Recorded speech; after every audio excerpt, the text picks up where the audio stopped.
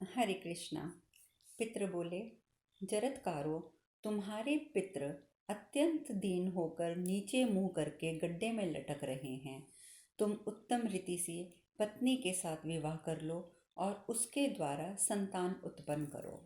तपोधन, तुम ही अपने पूर्वजों के कुल में एकमात्र तंतु बच रहे हो।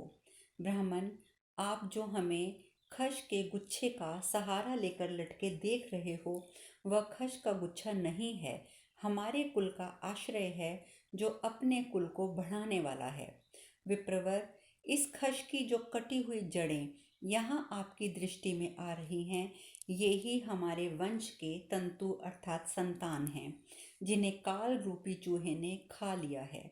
ब्राह्मण, आप जो इस खश की यह अधकटी जड़ देखते हैं, जिसके सहारे हम गड्ढे में लटक रहे हैं, वही एकमात्र संतान जरत्कारु है, जो तपस्या में लगा है। और ब्राह्मण देवता, जिसे आप चूहे के रूप में देख रहे हैं, ये महाबली काल है।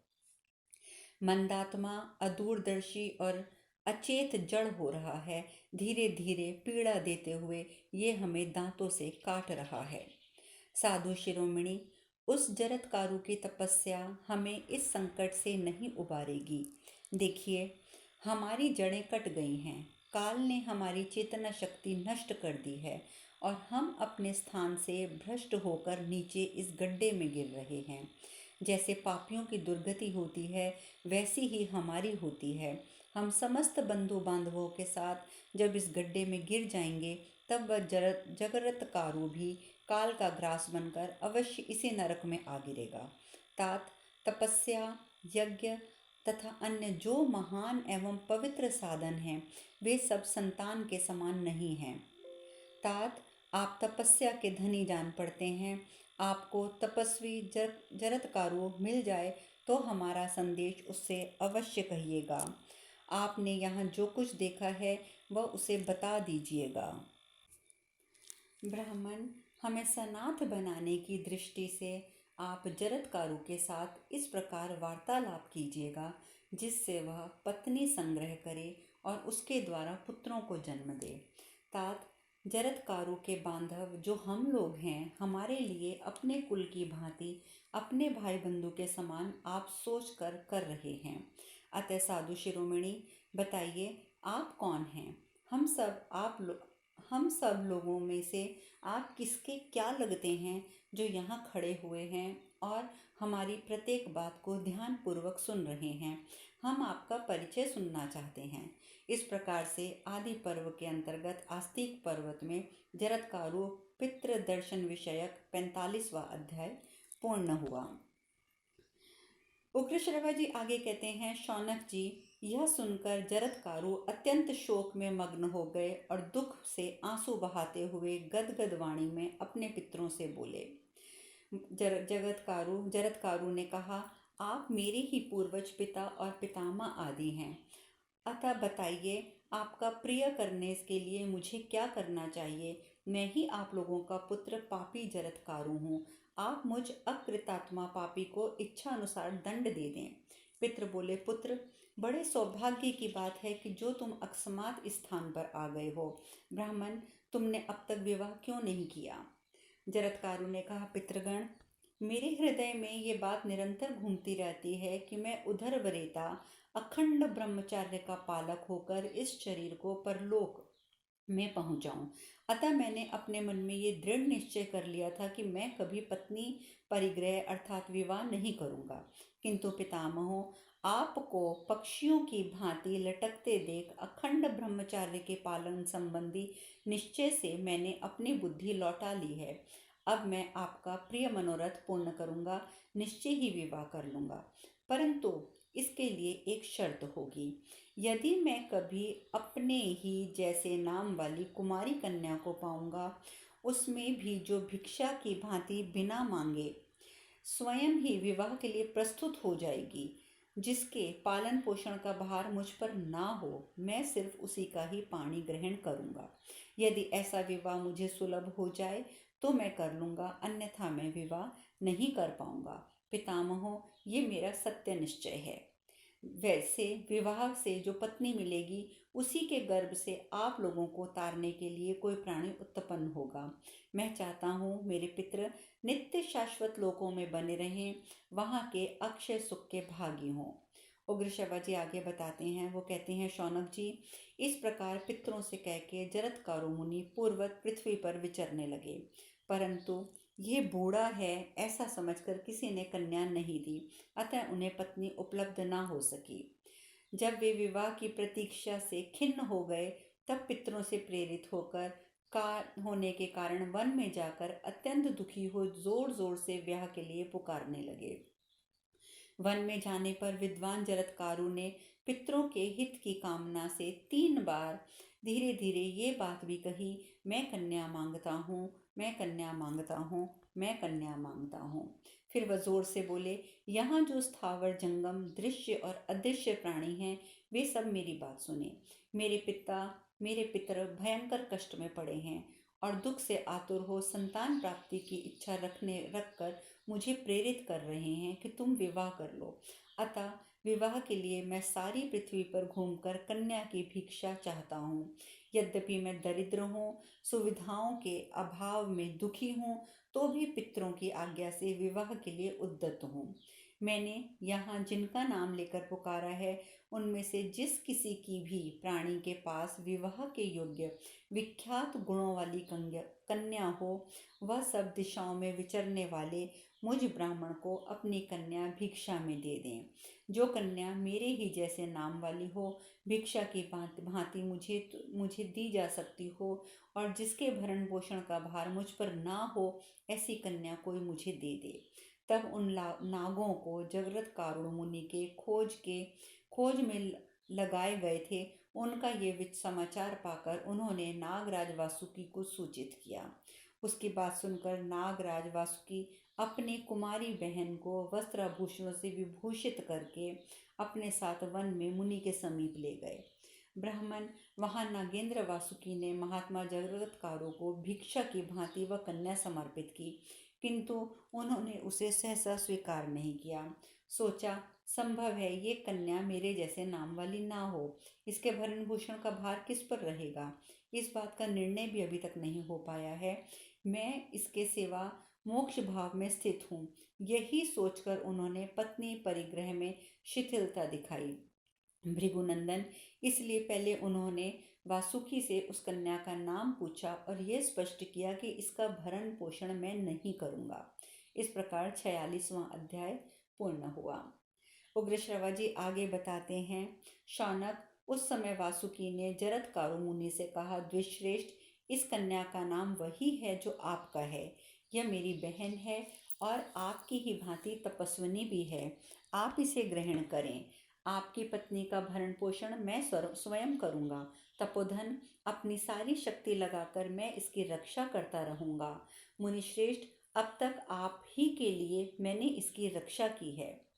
ऋषि ने कहा, नागराज, मैं इसका भरण पोषण नहीं करूँगा। मेरी यह शर्त तो तय हो गई, पर अब मेरी दूसरी शर्त यह है कि तुम्हारी इस बहन को कभी ऐसा कार्य नहीं करना चाहिए जो मुझे अप्रिय लगे। यदि अप्रिय कार्य कर बैठेगी तो मैं तुरंत इसका त्याग कर दूंगा। उग्र श्रवाजी कहते हैं, नागराज ने ये शर्त भी स्वीकार कर ली और कहा कि मैं अपनी बहन का भरण पोषण करूंगा।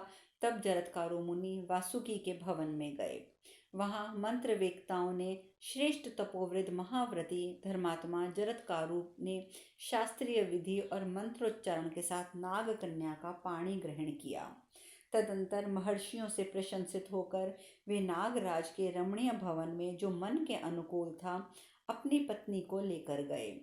वहां बहुमूल्य बिछौनों से सजी हुई शैया बिछी थी। जरत्कारो मुनि अपनी पत्नी के साथ उसी भवन में रहने लगे।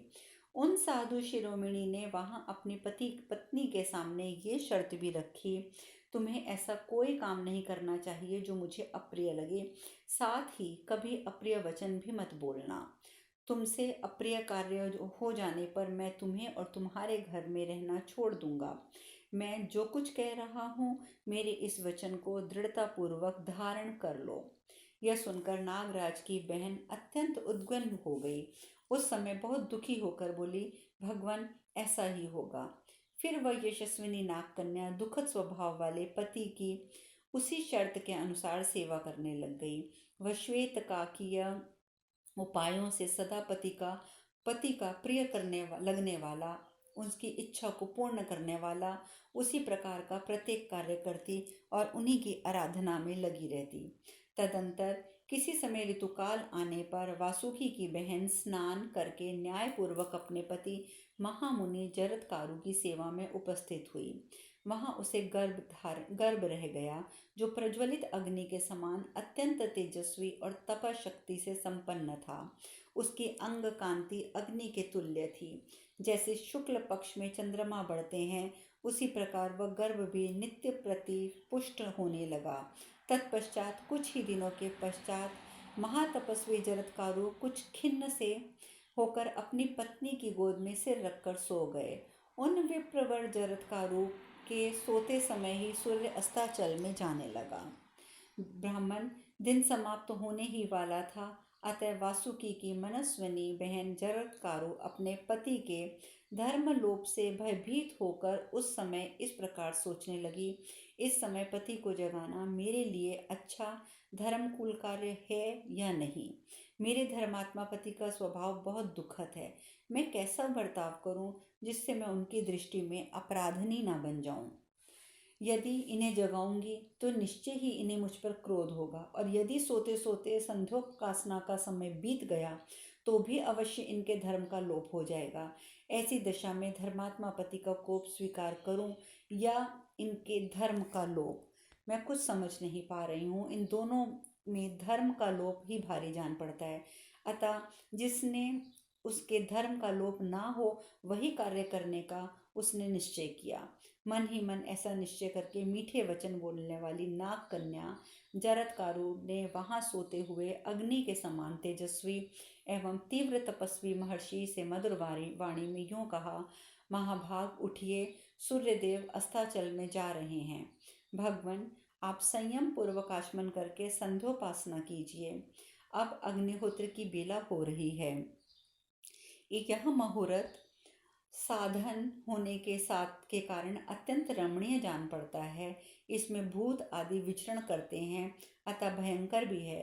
प्रभु, पश्चिम दिशा से में संध्या प्रकट हो रही है, उधर का आकाश लाल हो रहा है।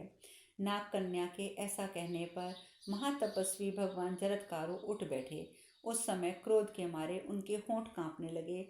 वे इस प्रकार बोले, नाग कन्या, तूने ये मेरा अपमान किया है, इसलिए मैं अब तेरे पास नहीं रहूँगा।